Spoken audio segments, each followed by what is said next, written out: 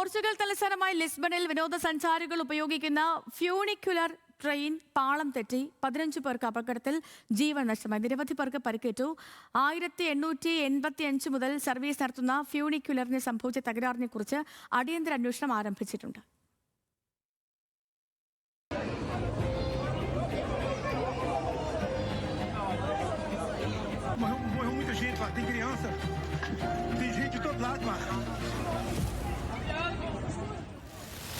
Portugal തലസ്ഥാനമായ Lisbon വിനോദസഞ്ചാരികളുടെ ഇഷ്ടകേന്ദ്രങ്ങളിൽ ഒന്നാണ്.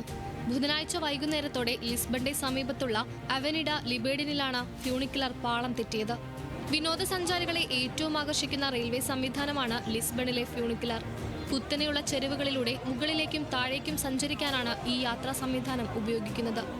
1885 ആരംഭിച്ച ഗ്ലോറിയ ഫ്യൂണിക്കുലറാണ് വലിയ അപകടത്തിൽപ്പെട്ടത്. 42 പേരെ വഹിക്കാൻ ശേഷിയുള്ള ഫ്യൂണിക്കുലർ പാളം തെറ്റി അടുത്തുള്ള ഒരു കെട്ടിടത്തിലേക്ക് ഇടിച്ചു കയറുകയായിരുന്നു. മരിച്ചവരിൽ വിദേശ പൗരന്മാരും കുട്ടികളുമുണ്ട്.